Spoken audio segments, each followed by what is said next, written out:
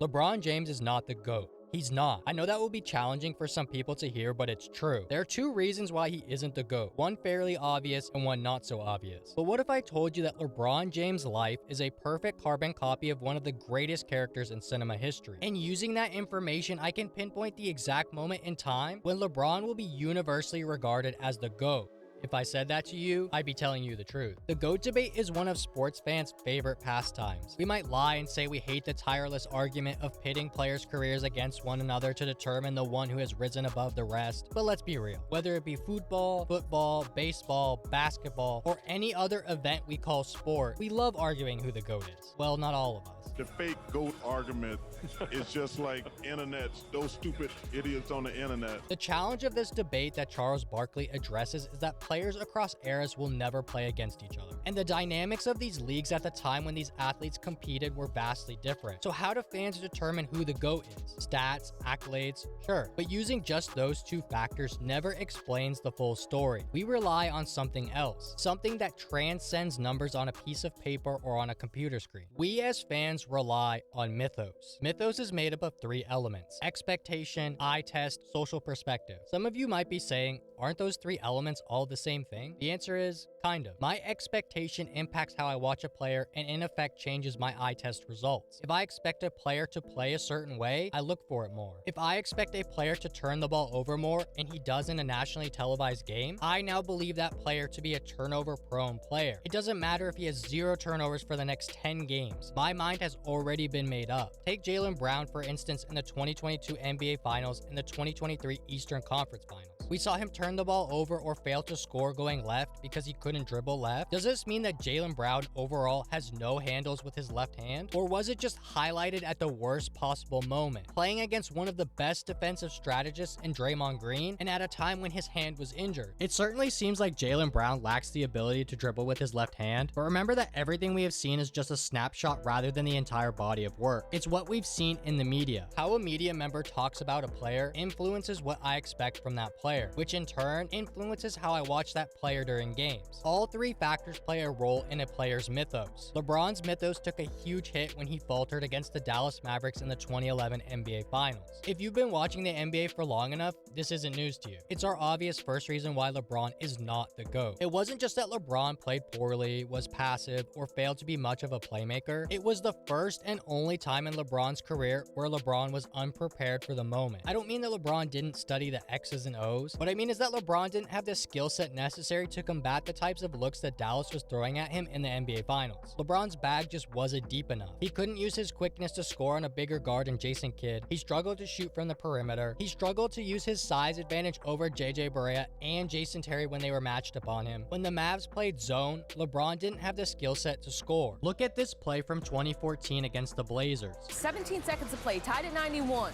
LeBron with the tough land. LeBron fixed his flaws after the finals loss and learned how to best attack zone defense. If LeBron had this skill set, the Heat would have swept this Mavs team. They had them dead to rights in game 2 and choked, and again, should have had them beat in game 4. It's equal parts a testament to the Heat choking and to the greatness of Dirk Nowitzki and the Dallas Mavericks. Okay, I promise I'm not Skip Bayless with a voice changer, but we need to talk about LeBron's free throw shooting. Not that goofy narrative that LeBron has no clutch gene, but LeBron's overall free throw shooting. I know it may seem like nitpicking, but we are talking about greatest to ever play the game. LeBron is called the most complete player to ever play the game, yet has a career free throw percentage of 73.5%, and he has never had a season over 80% from the line. When Jordan was asked to play point, he did it exceptionally. When the Bulls needed Jordan to knock down threes in the playoffs, he elevated his game. When has LeBron ever had a stretch of season where he has been a high percentage free throw shooter? Because of this lack of improvement over time, it spills over into clutch time. Does LeBron avoid the free throw line late in games because he's scared of shooting free throws? No. Think about what LeBron has overcome in his life. Do you think he's scared of anything on a basketball court? But I think it's reasonable to believe that a player with the IQ that Bron has might occasionally overthink at the line late in games. And because of his already poor free throw shooting, he misses late game free throws. Why do you think that a ton of LeBron's late game buzzer beaters or go-ahead shots happen in catch and go situations? LeBron is at his best late in games during catch and shoot or when he doesn't have time to think about the situation. He just goes and lets muscle memory take over. The 2011 NBA Finals and his lack of improved free throw shooting prove that LeBron James is not the GOAT. But reality is often stranger than fiction. If I said LeBron started life disadvantaged, but people recognized LeBron as the chosen one, full of natural abilities so they helped cultivate his ability, was told he must be successful to save a franchise, got mad he couldn't achieve the rank of master, i.e. winning an NBA championship, turned to the dark side becoming a villain joining the Miami Heat in free agency, got cut down by a white guy with long hair, after getting cut down, in order to be successful, fixed his flaws, started cutting down legends on his path to GOAT status, wants his son to join him in his quest, finally took down his biggest foe in dramatic fashion to win the Cleveland Cavaliers their first NBA title, balancing the NBA for a short time. Even as he entered the twilight of his career, still exuded a presence of power, winning an NBA title for the Los Angeles Lakers. Won't leave the game completely when his time does come to an end in the NBA as a player. Instead, he will still provide his wisdom and be involved with the sport he loves. What movie character is this? LeBron James is Anakin Skywalker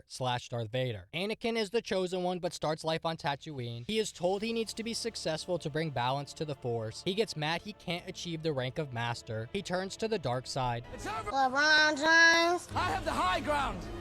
Gets cut down by Obi-Wan, gets a suit to keep him alive after Obi-Wan beats him, starts taking down the rebels, the legends of the Star Wars story, wants his son Luke Skywalker to join him. Even as he is dying, he exudes a presence of power. When his time as Darth Vader ends, he becomes a Force ghost as Anakin Skywalker because he has redeemed himself. He becomes the GOAT of the story and fulfills the prophecy as the chosen one. It lines up perfectly. I'm guessing for some of you, you aren't convinced that LeBron will be the GOAT just because his story follows the same story as Darth Vader. I mean, it's not really a basketball argument. There are 13 basketball reasons why LeBron will one day be regarded as the GOAT, but I want to focus on the most important. That being that LeBron's mythos is only going to grow once he is retired. His former teammates and competitors talking him up in the media, when the LeBron documentary drops, when people finally realize that every time LeBron's legacy was truly on the line, he always showed up. The next generation of NBA fans aren't going to care that LeBron lost to the Spurs in 07, the Spurs in 14, the Warriors without Kyrie or Kevin Love, or to the 73-9 team that added Kevin Durant. They're going to remember Game 4 2012 on the road in Indiana. LeBron goes for a 40-point, 18-rebound near triple-double to tie the series at 2-2, instead of going down 3-1. All this without Chris Bosh due to a core injury. If Bron doesn't do that, there's no historic performance in the next round. Game 6, Boston, 2012, TD Garden. The greatest individual performance in the history of the NBA. Game 6 and Game 7 against the 2013 Spurs. 5 of 10 from 3, 37 points against lockdown defender Kawhi Leonard in a closeout game. 2016, the first team to come back from down 3-1 in the NBA Finals, beating the 73-9 Golden State Warriors. When two of the top 3 players in the NBA teamed up in 2016 because they couldn't beat Bron on their own. 2020, the bubble. The title that if the Lakers and LeBron didn't win, LeBron would never hear the end of it. It's a Mickey Mouse ring unless it's your team that won it. Just listen to the NBA players when they say the bubble was challenging and had the best basketball being played. The moment LeBron broke the unbreakable record, passing the legendary Kareem Abdul-Jabbar for the all-time scoring title. LeBron's legacy wasn't on the line in 2011 against the Mavs. If it was, people wouldn't currently have him at second all-time behind Michael Jordan. For a player to truly be an all-time great, to be at the level of the GOAT, they need someone to chase them. Michael Jordan has always been great, but only when Shaq, Tim Duncan, Kobe Bryant, LeBron James started chasing his greatness, it became more apparent how great MJ really was. When today's players start chasing LeBron and are unable to come close to replicating his success, only then will people's mindsets change. It's 2046, 23 years from the day you found out LeBron James is Anakin Skywalker. LeBron James is the greatest player to ever touch a basketball. You're still here?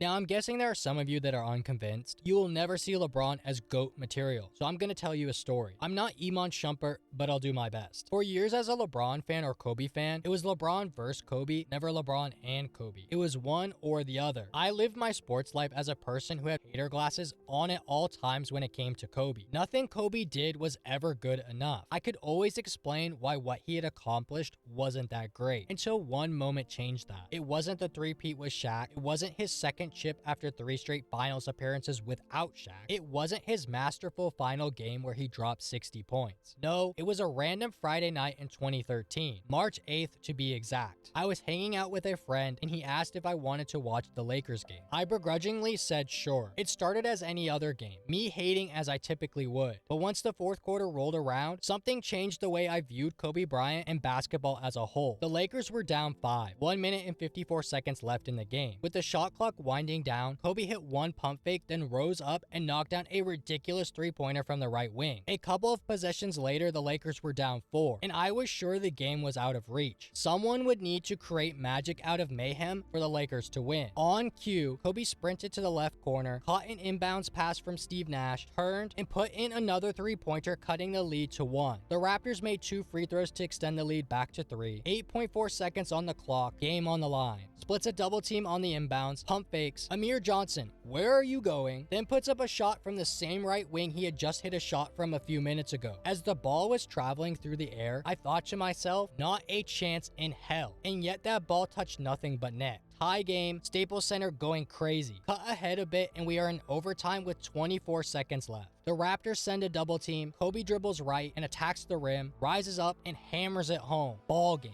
Kobe, 41 points and 12 assists to will the Lakers to a needed win to stay in playoff contention during a turbulent year. At this moment, it was like the veil was lifted. My blinders were removed. At each of these moments, I believed the game was over and Kobe would falter. But he didn't. He rose to the occasion, and I could finally understand why and how people could call Kobe the GOAT. From that moment on, I had a newfound appreciation for Kobe's game, determination, and his reluctance to quit. That moment taught me, if you let greatness pass you by, you'll eventually regret it. How many Kobe moments did I miss out on because I was being a hater? A time will come in your life when you'll realize what you missed out on, that you deprived yourself of an all-time experience. Sports can bring you joy, sports can bring despair. The sooner you realize you won't get this moment back, the sooner you will develop a newfound appreciation for the game and all those who contribute to it. Thank you for your time.